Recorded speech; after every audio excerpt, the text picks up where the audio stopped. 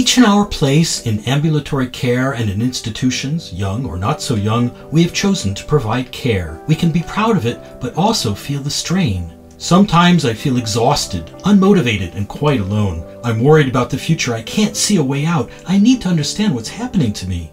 To know ourselves better as caregivers is necessary to provide good health care, but also to continue and be happy in our jobs. All Around Caregivers is a series of videos to help us be caregivers and to continue to do so. It's about taking a few minutes for you, checking in, taking stock, and highlighting certain aspects of our profession as caregivers, taking a breather to validate how we feel, understand it, and find ways to move forward. These videos are free and stand alone. You can watch them at your own pace. You can also recommend them to anyone who is not doing well to talk about it. Use them to help begin a dialogue and share. If you need help to keep going, to succeed in moving forward, don't do it alone. Many solutions are available. Colleagues, a psychologist, and resources inside or outside your institution. Each of us is infinitely valuable. Taking care of ourselves as we take care of others is important. So allow this time for yourself with kindness and choose from our videos to meet the caregiver that you are.